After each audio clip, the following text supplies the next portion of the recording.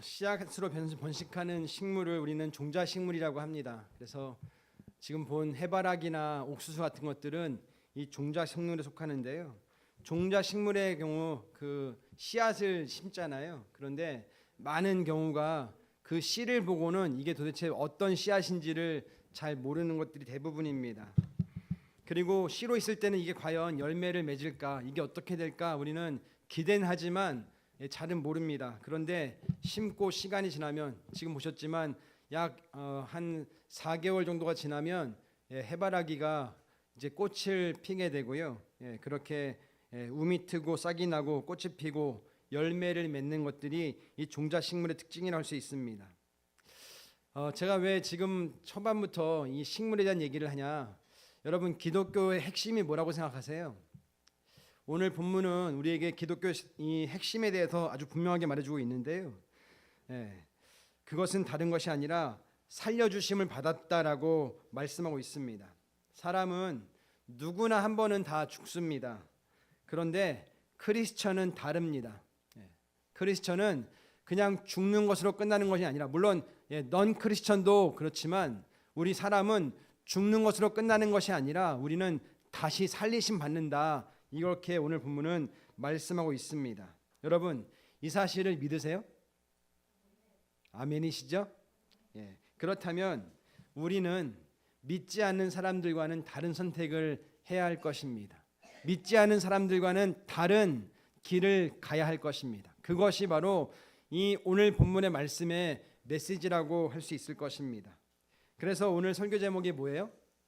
위의 것을 찾으라입니다. 우리가 읽은 세번역으로는 위의 것들을 추구하십시오라고 되어 있는데, 개역 개정판에서는 위의 것을 찾으라라고 아주 분명하게 말하고 있습니다. 우리 다시 한번 골로새서 3장 1절 말씀을 같이 한번 읽어보겠습니다. 같이 읽습니다. 시작. 그러므로 여러분이 그리스도와 함께 살려주심을 받았으면 위에 있는 것들을 추구하십시오. 거기에는 그리스도께서 하나님의 오른쪽에 앉아 계십니다. 위에 있는 것, 이렇게 말하면 위를 우리가 가리키는 것처럼 들립니다. 죽으면 가게 될 천당으로, 천국으로 볼 수도 있을 것입니다. 그런데 본문에서는 그 위에 누가 있대요? 그리스도께서 하나님 보좌 우편에 앉아 계시다, 그렇게 말씀하고 있습니다. 우리 한번 로마서 8장 34절 말씀을 같이 볼까요? 같이 읽습니다. 누가 감히 그들을 정죄하겠습니까? 그리스도 예수는 죽으셨지만 오히려 살아나셔서 하나님의 오른쪽에 계시며 우리를 위하여 대신 간구하여 주십니다. 히브리서 12장 2절도 볼까요? 같이 읽습니다. 믿음의 창시자요 완성자이신 예수를 바라봅시다. 그는 자기 앞에 놓여있는 기쁨을 내다보고서 부끄러움을 마음에 담지 않으시고 십자가를 참으셨습니다. 그리하여 그는 하나님의 보좌 오른쪽에 앉으셨습니다. 아멘. 예수님이 어디 계시대요? 하나님의 보좌 오른쪽 우편에 앉아 계시다, 이렇게 표현하고 있습니다. 그래서 우리가 외우는 사도신경에도 보면 하늘에 오르사 전능하신 하나님 보좌 우편에 앉아 계시다가 그렇게 외우잖아요. 그러니까 예수님은 지금 분명한 건 하나님 보좌 우편에 계시다, 이게 분명한 예수님의 지금 위치라는 것이죠. 그렇다면 여러분, 여기서 우편 하늘이라고 보면 우리가 곤란합니다. 하나님의 보좌 우편이 어디 있어? 하늘에 있어. 여러분, 스카이가 아니라고 그랬죠? 천국은 스카이가 아니라 헤븐이라고 말씀드렸잖아요. 그러니까 이 천국이라는 건 어떤 공간적인 개념이라기보다는 관계적인 개념으로 보는 게 더 맞을 겁니다. 그래서 하나님이 계신 곳이 천국입니다. 하나님이 계신 곳이 바로 그 헤븐이라는 것이죠. 그러면 예지야, 하나님이 지금 어디 계세요? 대표적인 곳 한 군데만. 하나님이 지금 교회에 계시죠? 아멘이죠? 하나님이 지금 우리 집에 계시죠? 아멘입니까? 하나님이 지금 우리 직장에도 계세요. 맞죠? 하나님이 내 안에도 계십니다. 맞죠? 그러면 우리는 지금 내 안이 뭐예요? 천국인 거예요. 이것은 천국을 누리느냐 천국을 누리지 못하느냐는 굉장히 큰 차이라는 것이죠. 우리는 어쩌면 이 천국이라는 걸 공간적인 개념, 하늘 위로 바라보는데 여러분 하늘이 가봐야 아무것도 없습니다. 그냥 암흑밖에 없고요. 어떤 그냥 물질들로만 채워져 있지 아무것도 없습니다. 하나님을 가시적으로 볼 수 있을까요? 희연아, 하나님 볼 수 있어요? 하나님은 영이십니다. 하나님은 우리가 눈으로 볼 수 없습니다. 분명한 건 지금도 살아 계시다는 겁니다. 아멘이시죠? 하나님은 지금 교회에도 가정에도 또 직장에도 학교에도 내 안에도 항상 살아 계신 것입니다. 그래서 지난 주일에 말씀드렸던 것처럼 뜻이 하늘에서 이루어진 것 같이 이 땅에서도 이루어 주십시오 하는 게 바로 주기도문이잖아요. 하나님, 하늘의 뜻, 하나님의 뜻이 내 안에서도 이루어지기를 원합니다는 것이 우리들의 바람 아니겠습니까? 그러니까 천국은 결국 장소, 공간이 아니라 관계라는 것입니다. 내가 지금 하나님과 함께하면 우리는 천국을 누리는 것이고요. 내가 지금 하나님 안에 있다면 우리는 천국을 맛보고 있는 것입니다. 그러니까 여러분 이건 굉장히 중요합니다. 내가 지금 천국을 누리고 있는가 누리지 못하고 있는가 여러분 이것들을 한번 생각해 보시고 주님 내가 이것들을 누리기를 원합니다. 그렇게 주님께 기도할 수 있기를 예수님의 이름으로 축원드립니다. 여러분 여기서 말하는 위에 있는 것은 다른 것이 아니라 우리가 살아가는 일상의 깊이라는 거예요. 그러니까 그 어떤 자리에 있다 할지라도 바로 하나님이 나와 함께 하시면 나는 그 천국을 누리고 있는 것입니다. 그러니까 여러분 이 천국은 신비 그 자체 아니겠습니까? 어떤 사람은 천국을 누리는데 어떤 사람은 천국이 어디 있어 이렇게 말한다면 똑같이 예수님을 믿는데 똑같이 교회를 다니고 예배를 드리는데 여러분 이걸 누리는 사람과 누리지 못하는 사람은 얼마나 큰 차이를 맛보는 것이겠습니까? 제가 좀 전에 영상을 보여드렸는데요. 여러분 해바라기는 보통 요맘때 3, 4월에 씨앗을 심는다고 합니다. 그래서 이것이 한 4개월, 5개월 지나면 그때 이제 꽃이 활짝 펴서 이제 수확을 하게 되는데요. 옥수수도 비슷합니다. 저희 장인어른께서 지난주에 생신이셨거든요. 그래서 처가에 다녀왔는데 마침 지난주가 저희 처가가 그 옥수수를 심는 날이었어요. 그래서 저에게도 이제 그 분량을 주셔가지고 2고랑을 옥수수를 심어왔습니다. 여러분 그런데 보니까요 이 옥수수 씨앗이 말라 있는 거예요.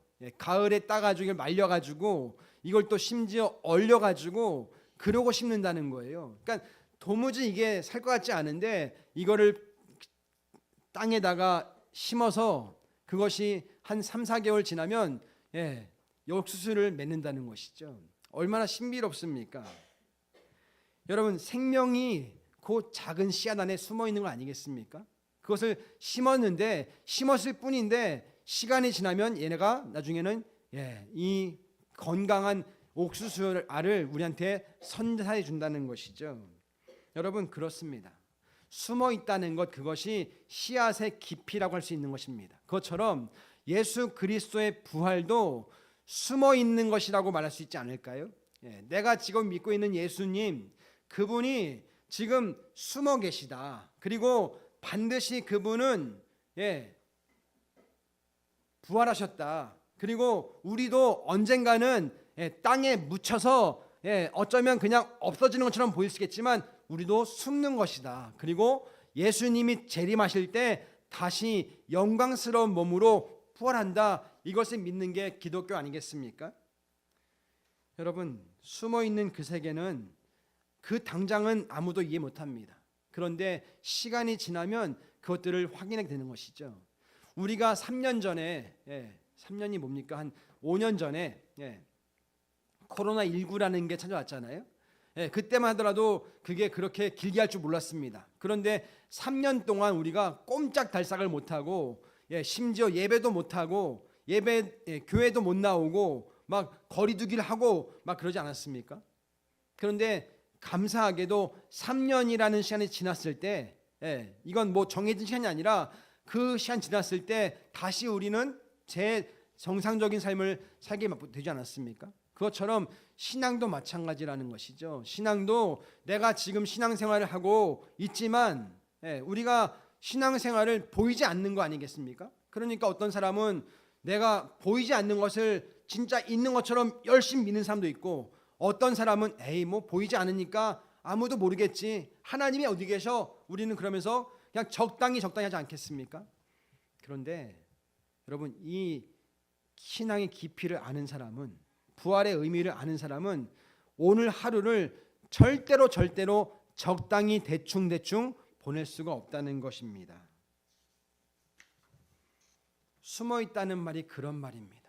지금 당장은 작은 씨앗으로 숨어 있지만 이것이 시간만 지나면 얘가 움이 나고 순이 나고 싹이 나고 순이 나고 얘 중에 꽃이 피고 열매를 맺는 것이 그 작은 씨앗인 것처럼 여러분, 부활이라는 것이 그렇습니다. 부활은 지금 당장은 모르지만 우리가 언젠가는 예수 그리스도와 함께 다시 부활해서 그 영광스러운 맛보게 되는 그것들을 우리가 누리게 되지 않겠습니까?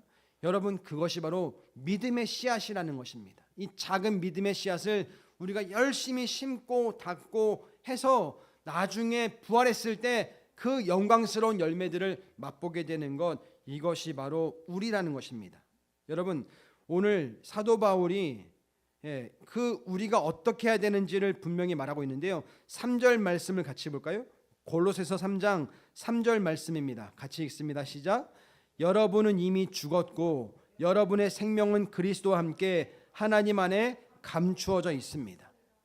여러분, 이게 씨앗이 아니고 뭐겠습니까? 우리는 지금 살아있지만 죽었대요. 우리는 믿음으로 나아가지만 우리 영적으로는 죽은 거라는 거예요. 누구와 함께요? 그리스도와 함께 죽은 거라는 거예요. 그렇지만 언젠간 다시 이것이 열매를 맺게 되는 그때가 있다는 것이죠. 이때를 기억하라는 거예요. 그러니까 사도 바울이 뭘 추구하래요? 뭘 찾으래요? 위의 것을 찾으래요. 위의 것을 추구하래요. 이 땅에 있는 것들이 아니라, 세상 것들이 아니라, 여러분들은 다른 존재입니다. 여러분들은 언젠가는 반드시 해바라기처럼 열매를 맺게 될 그런 존재들입니다. 그렇기 때문에 땅에 있는 것에 머물지 말고 위의 것을 추구하십시오.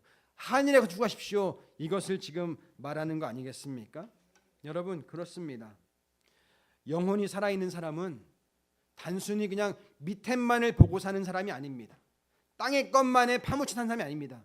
영혼이 살아있는 사람은 하늘의 것을 추구하게 되어 있습니다. 이것은 뭐 나이를 많이 드시건 젊은이건 아니 어린 아이이건 할 거 없이 영혼이 정말 살아있다면 우리는 절대로 땅의 것만을 바라볼 수가 없다는 거예요. 여러분, 여기서 잘 먹고 잘 사는 것 되게 중요하잖아요. 그런데 우리 크리스천은 단지 그냥 이 땅에서 잘 먹고 잘 사는 것, 이것만을 목표로 사는 사람이 아니라는 거예요. 왜? 우리는 그 열매를 아는 사람들이거든요. 열매를 기대하는 사람들이거든요. 그렇기 때문에 땅의 것이 아니라 저 위의 것을 추구하십시오. 하늘의 것을 추구하십시오. 하나님의 것을 추구하십시오. 이렇게 지금 말하고 있다는 거 아니겠습니까? 여러분, 지금 감췄다는 것은 두 가지의 전제를 두고 있습니다. 하나는 우리가 죽는다는 사실입니다. 여기 계신 모든 분들은 어르신들이건 우리 어머니 아빠들이 아버지들이건 우리 다음 세대들이건 다 뭐 언젠가는 죽습니다. 뭐 여기 있는 우리 중고등부나 희연이 같은 경우는 에이 뭐 언제 오겠어 그럴 수 있겠지만 목사님도 엊그제 같아요. 목사님도 엊그제만 해도 팔팔했어요. 근데 벌써 눈이 안 보이고요. 벌써 호흡이 달라지고요. 얼마 전에 우리 동네에 있는 시티교회라는 교회에서 남전도회에서 이 동네 목사님들을 사모님들을 수액을 맞춰주는 그런 이벤트를 해주셨어요. 그래서 병원에 갔는데 이제 검사를 하라고 해서 했는데 피 검사를 해보니까 당뇨 직전이라는 거예요. 조심하시라는 거예요. 목사님 너무 피곤하시면 안 돼요. 목사님 운동하셔야 돼요. 잘 드셔야 돼요. 군것질 그냥 끊으세요 그러더라고요. 여러분, 저는 건강한 줄 알았어요. 근데 검사해 보니까 벌써 그렇지 않다는 거예요. 우리가 정도가 있지, 차이가 있지, 언제 순서 있을지 모르겠지만 언젠가는 다 늙는다는 거예요. 요즘에 저희 딸내미들 보니까 이 피부를 관리하는 거예요. 근데 이게 모든 다음 세대 아이들의 모습 아니겠습니까? 어떤 저희 조카가요 중학교 2학년이에요. 근데 그 조카는 한번 외출하려면 1시간은 시간을 줘야 된다는 거예요. 엄마 아빠도 아닌데 아이인데 1시간은 시간을 줘야 된다는 거예요. 화장도 하고 꾸며야 된다는 거예요. 피부가 예전 같지 않다는 거예요. 여러분 맞지 않습니까? 우리 피부가, 우리의 세포가 벌써부터 하나씩 죽어가고 있습니다. 무슨 의미겠습니까? 언젠가는 다 이 세상에 없다는 말일 것입니다. 이게 다 죽는 과정이라고 할 수 있을 것입니다. 어제 같지 않고 우리가 내일 되면 또 달라지고, 이것이 우리의 매일매일의 모습 아니겠습니까? 그러니까 사도 바울은 지금 뭐라고 그럽니까?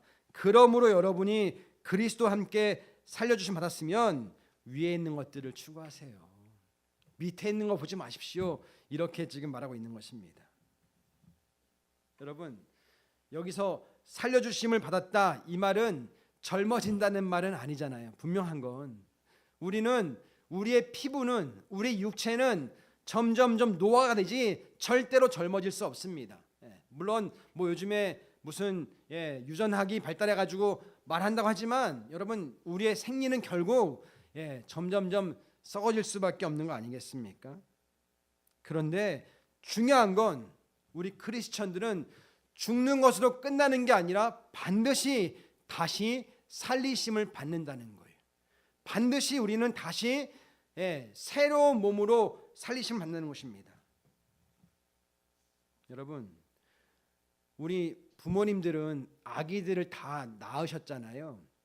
우리가 아기를 처음 낳을 때 이 아기가 어떻게 자랄지는 우리가 처음에는 모르잖아요. 그런데 시간이 지나면 부부가 사랑을 하고, 시간이 지나면 임신을 하게 되고 출산을 하게 되고 어느덧 아이가 태어나지 않습니까? 우리는 그걸 통해서 얼마나 기뻐합니까? 그것처럼 우리가 이 죽음, 우리가 이 노화되는 것, 이것에 안주하지 말고 우리가 다시 살 것을 바라보라는 것이죠. 제가 목회를 하면서 보면 두 부류인 것 같습니다. 어떤 분들은 이 다시 살리심에 대한 기대가 있는 분들이 있는 것 같고요. 특별히 우리 다음 세대들 보면 이 기대가 별로 없는 것 같아요. 참 정말 안타까워요. 무슨 말이냐? 아이들이 초등학교 때는 되게 뭐랄까요, 생기가 막 넘쳐요. 그잖아요. 여기에 있는 민재, 민석이, 승건이, 뭐 예지, 은비, 뭐 연경이 언니까지 다 보면 초등학교 때 진짜 되게 열심히들 해요. 그런데 이 아이들이 자라면서 사춘기를 지납니다. 여러분, 근데 되게 희한한 건 어떤 아이들은 사춘기를 별 탈 없이 그냥 쑥 지나가요. 근데 어떤 아이들은 이 사춘기를 굉장히 아리를 좀 호되게 하고 지나가는 경우들이 있더라고요. 여러분, 똑같이 예수 믿고 똑같이 방언하고 똑같이 기도했는데 어떤 친구는 사춘기 아리를 더 심하게 하고 어떤 친구는 적당히 그냥 슬쩍 넘어가고. 여러분, 그런데 이 차이가 도대체 무슨 차이 때문일 그럴까요? 아니, 그리고 이 차이가 과연 그 아이에게 어떤 유익을 줄 수 있을까요? 내가 사춘기 아리를 많이 한다? 뭐 그럴 수도 있겠죠. 그렇지만 안타까운 건, 분명한 건 우리가 어른 때 믿는 하나님, 초등학교 때 믿는 하나님 같습니까? 다릅니까? 희연아, 내가 초등학교 때 믿는 하나님과 우리 예지은비 언니가 믿는 하나님과 우리 엄마가 믿는 하나님은 같을까요? 다를까요? 달라요? 같죠? 다르지 않죠? 중요한 건 하나님은 항상 같으세요. 그런데 어떤 사람은 하나님을 정말 열심히 추구하고 위의 것을 추구하고 살아가는데 어떤 사람은 헤매는 거예요. 힘들어하는 거예요. 내가 지금 뭐 하고 있는 거지? 모를 만큼 왔다 갔다 하고 있는 거예요. 여러분, 근데 뭐가 문제입니까? 하나님이 문제입니까? 내가 지금 문제입니까? 내가 문제 아니겠습니까? 사도 바울은 그렇기 때문에 여러분이 지금 신앙의 어르신이든 신앙의 초보 단계에 있든 신앙의 중급 수준에 있든 이건 중요하지 않습니다. 여러분이 정말 크리스천이라면, 여러분이 정말 하나님 안의 자녀이라면 여러분들은 땅의 것을 추구하는 것이 아닙니다. 여러분들은 위의 것을 추구해야 됩니다. 이렇게 말하고 있는 거 아니겠습니까?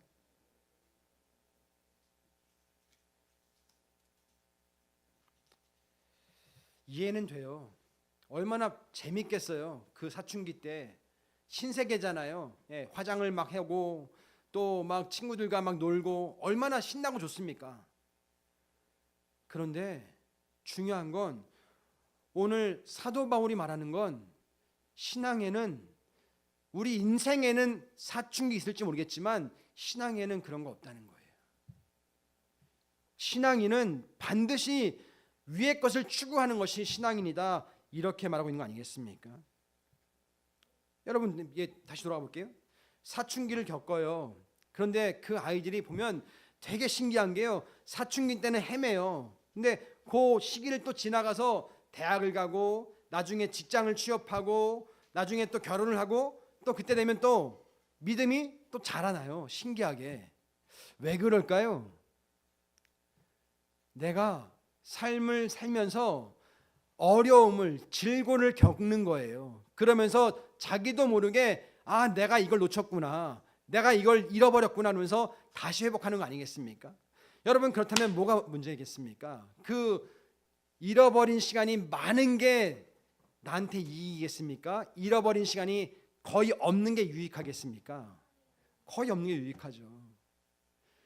여러분, 그렇기 때문에 우리가 목회자건 누구건 상관없이 크리스천이라면, 믿은 지 몇십 년 됐건 지금 간 믿기 시작하건 상관없이 내가 정말 크리스천이라면 우리는 이 땅 것을 추구하는 것이 아니라 저 하늘 위의 것을 추구해야 한다, 이렇게 말하는 거 아니겠습니까? 제가 욥기라는 성경을 읽어보니까요, 여러분, 욥이 참 대단한 사람이잖아요. 믿음의 선진, 정말 탁월한 사람. 그런데 그 사람에게는 많은 재산이 있었습니다. 낙타도 많고 양도 많고 소도 많고 많았습니다.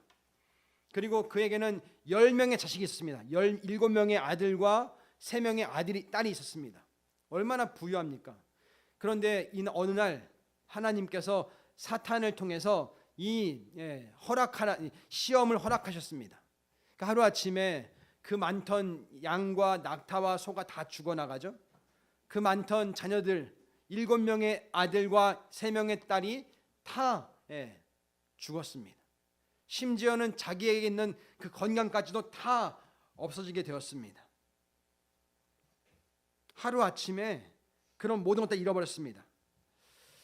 여러분, 그래서 욥에게 새 친구가 찾아오잖아요. 그래서 욥, 처음에는 위로하는 것 같았지만 나중에는 욥, 잘 생각해봐. 너 도대체 왜 이런 어려움이 생겼을 거 아니? 하나님이 살아계시다면 내가 과연 하나님을 제대로 믿은 게 맞니? 이러면서 막 변론하잖아요. 그런데 처음에는 욥이 잘 대응을 해요. 하나님은 절대 그럴 분이 아니셔. 하나님은 살아계셔. 막 그렇게 말을 합니다. 그런데 점점점 욥도 자기를 변론하기 시작해요. 그런데 하나님이 살아계시다면 하나님이 정말 어떻게 나한테 이럴 수 있으시지? 그러면서 막 하나님을 불평하기 시작을 합니다. 원망합니다. 여러분, 그렇다면 욥에게 이런 어려움 찾아온 게 문제입니까? 아니면 하나님에 대한 의심이 문제입니까? 맞죠? 이건 희연이도 아닌 거 아닙니까? 문제는 어려움이 찾아온 게 아니에요. 하나님에 대한 의심이 찾아온 게 문제였습니다. 결국에는 하나님께서 천둥과 번개를 동원하셔가지고 욥에게 찾아오세요. 욥, 저 위에 있는 별들은 누가 만들었니? 저 들에 있는 모든 식물들과 짐승은 누가 만들었니? 너 그 당시에는 공룡이 있었던 것 같아요. 너 저 공룡 보이지? 저 공룡은 누가 만들었니? 막 하나님이 욥에게 변론을 막 하세요. 나중에 욥이 꼼짝 없이 하나님, 제가 지금까지는 하나님을 귀로만 들었다면 이제는 하나님을 눈으로 뵙습니다. 그렇게 말하지 않습니까? 무슨 말일까요? 우리 인생에게는 누구에게나 다 어려움이 찾아올 수 있다는 말 아니겠습니까? 그런데 우리가 그 어려움의 순간에 우리의 시선이 누구를 바라보느냐는 거예요. 단지 어려움만을 바라보고 그냥 나는 이제 끝났어 이럴 것인지, 하나님을 바라보고 그 와중에도 하나님에 대한 소망을 붙잡을 것인지, 이거를 붙잡는 게 우리 믿음의 사람들의 선택 아니겠습니까? 여러분, 의심이 될 때 그 의심의 순간이 빨리 지나가면 지나갈수록 그게 지혜입니다. 우리 사춘기 청소년들 여러분, 그 여러분들에게 찾아온 그 의심, 여러분에 찾아온 그 여러분의 어떤 갈등, 이것이 빨리 지나가는 게 여러분에게 지혜입니다. 그 지혜를 빨리 붙잡을 수 있기를 예수님의 이름으로 축원드립니다. 물론 다시 산다는 말이 성립되지는 않습니다. 만약에 예수님이 십자가에 돌아가시고 며칠 만에? 3일 만에 부활하셨잖아요. 민서가 만약에 그 부활의 순간이 오늘날이라면 내가 지금 캠코더를 가지고 예수님의 부활을 촬영할 수 있을까? 예수님이 카메라 담길 수 있을까? 그건 몰라요. 담길 수 있을 수도 있고요, 못 담을 수도 있어요. 왜냐하면 그 부활의 형체라는 건 우리 몸의 그대로 부활은 아닌 것 같아요. 그런데 또 예수님이 음식을 드셨다고 하는 거 보면 어떤 또 분명한 또 보이는 것도 있는 것 같아요. 뭔지는 모르지만 중요한 건 그 부활의 순간이 있다는 거예요. 그러니까 그 부활의 순간이 있다는 것을 믿고, 마치 농부가 씨앗을 심을 때 그냥 씨앗으로 끝나지 않고 얘가 언젠가는 열매를 맺는다는 걸 기대하는 것처럼, 우리가 지금은 내가 지나가는 순간들이지만 내가 언젠가는 반드시 하나님이 원하시는 그런 부활의 모습으로 회복된다 하는 것들을 붙잡는 게 기독교 신앙 아니겠습니까? 그래서 오늘 사도 바울은 우리한테, 여러분 지금 당장 내가 부활이 뭔지는 모르지만 그 부활을 믿는다면 여러분 이 땅의 것을 추구하지 마십시오. 여러분은 저 위의 것을 추구하십시오. 이걸 말하고 있는 거 아니겠습니까? 어린아이들이 보물찾기를 해요. 소풍 가면. 근데 여러분 보물찾기 할 때 에이 찾아봐야 소용없어 그러는 친구 있을까요? 아무도 없어요. 선생님이 보물을 숨기셨다면 반드시 내가 찾을 거야 라는 기대 가지고 열심히 찾지 않겠습니까? 마찬가지입니다. 우리는 그 보물을 담보받은 사람들입니다. 그 보물이 분명히 우리 가운데 나타날 사람들입니다. 그렇다면 그 보물찾기에 참여한 아이들처럼 우리는 적당히 대충 하지 않을 거예요. 그 보물을 안다면, 그 보물을 믿는다면 우리는 열심히 찾고 열심히 노력해서 내가 뭔가를 가지려고 애쓸 거 아니겠습니까? 사도 바울이 말하는 게 지금 위의 것을 추구하십시오, 이것이 다른 게 아니라 그거예요. 그러니까 우리 믿는 사람들은 달라야 합니다. 정말 내가 그리스도 안에서 다시 살림 받은 사람이라면 우리의 선택은 달라야 합니다. 이것을 말하고 있는 것입니다.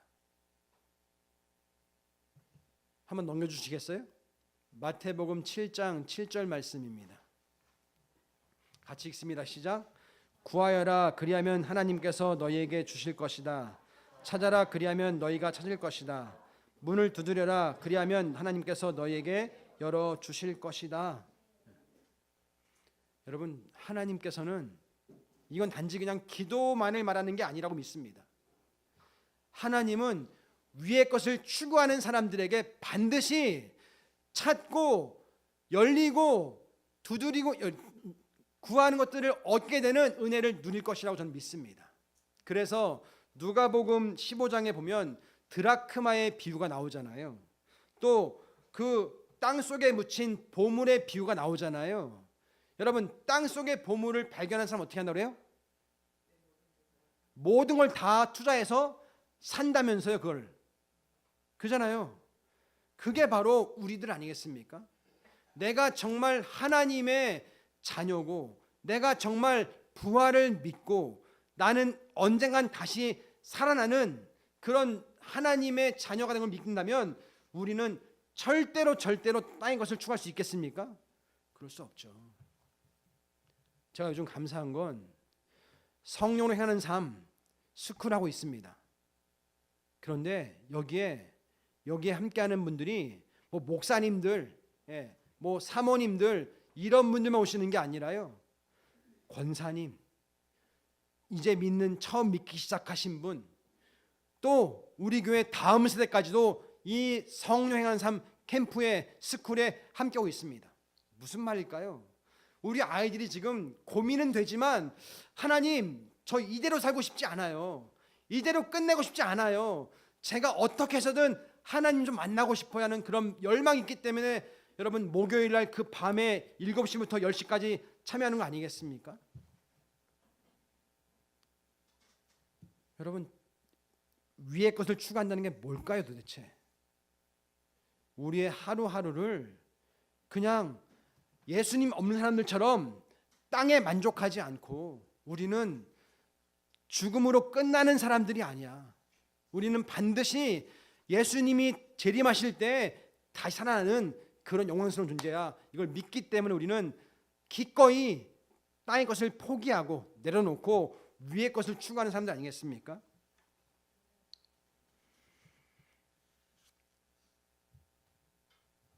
사람은 어쩌면 늘 보이는 거에 익숙한 사람들입니다. 늘 내가 처한 상황에 익숙합니다. 그런데 사도 바울은 지금 그러지 말라는 거예요.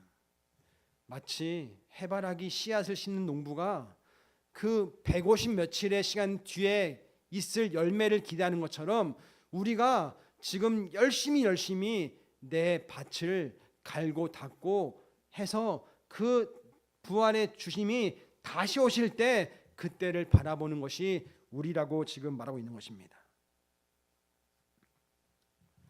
위의 것은 아직 오지 않았습니다.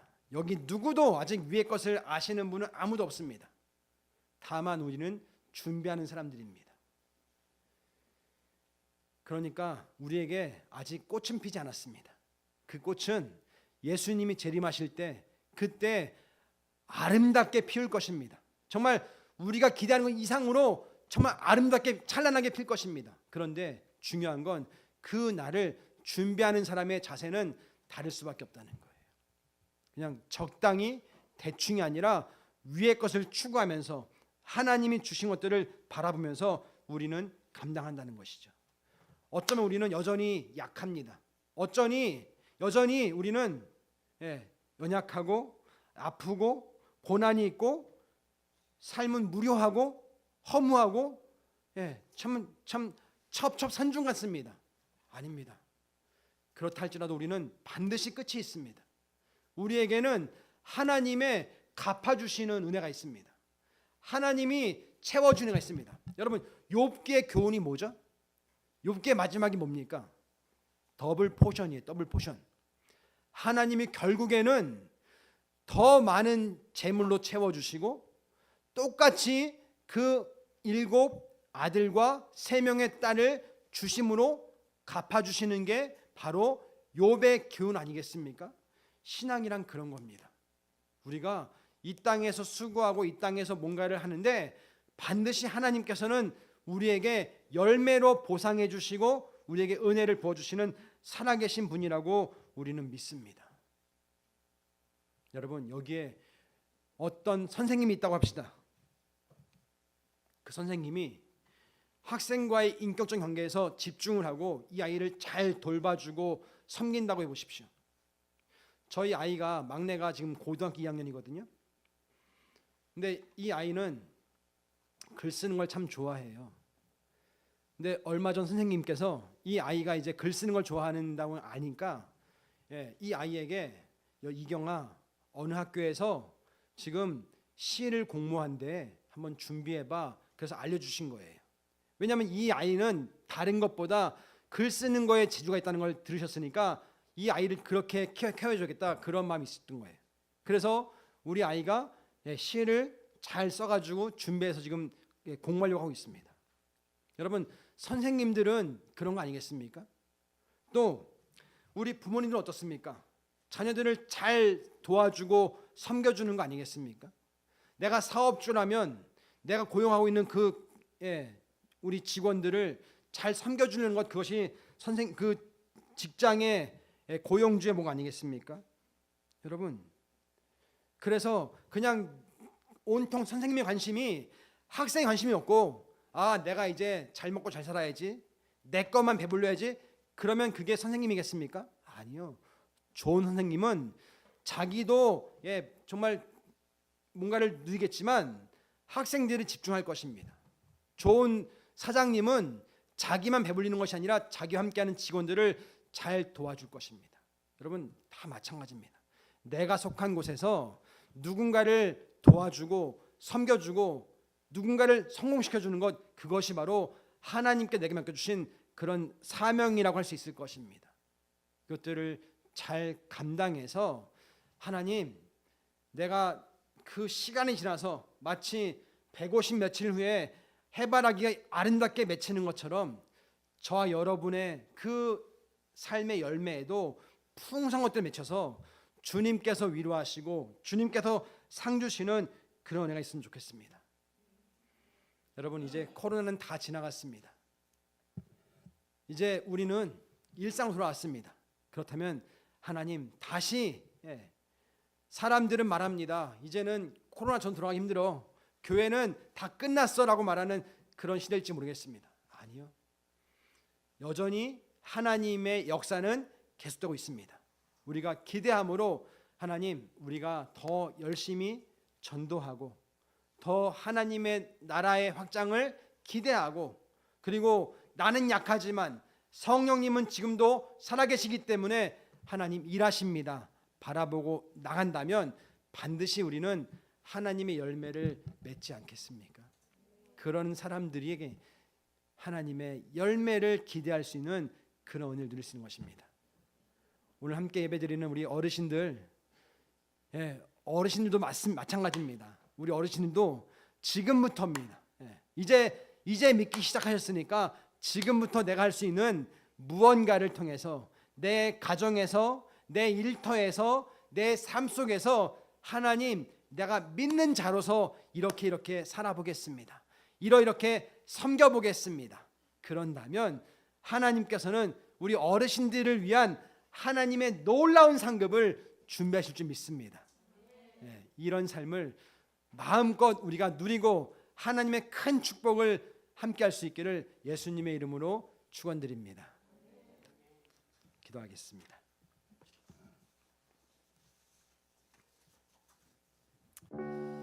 여러분, 같이 기도합시다. 하나님, 오늘에게 주신 말씀을 붙잡겠습니다.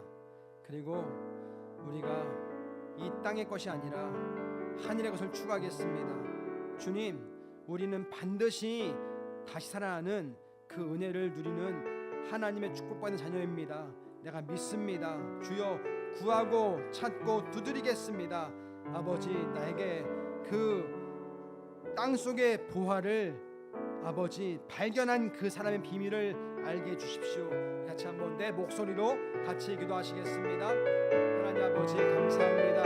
우리 열린문 교회가 하나님 주신 사명을 잘 감당할 수 있기 원합니다. 그렇습니다. 아버지, 내가 교회입니다. 내가 하나님의 자녀입니다.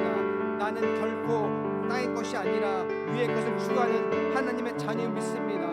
아버지, 도와주십시오. 함께 해주십시오. 주여, 주여, 유 목사가 더 아버지 앞에 깨어있고 주님 원하시는 모습으로 성장하며 나갈 수 있게 원합니다. 아버지, 열린문 교회를 주님께 맡겨드립니다. 기름 부어주시고 함께 해주십시오. 우리 교회 모든 성도님들 아버지, 한 마음으로 자라갈 수 있게 원하오니 기름 부어주시고 역사해주시고 은혜를 허락하여 주십시오. 그렇습니다. 주님밖에 없습니다. 주님께 맡깁니다. 도와주시고 함께 해주셔서 하나님의 열매를 맛보게 하여 주옵소서. 주여, 주님 아버지, 우리가 이 부활의 날에 마음껏 늘리며 주님을 증거하기 원합니다. 우리를 써주십시오. 아버 주께서 이를 허락해 주시고 함께하여 주옵소서. 예수님의 이름으로 기도합니다.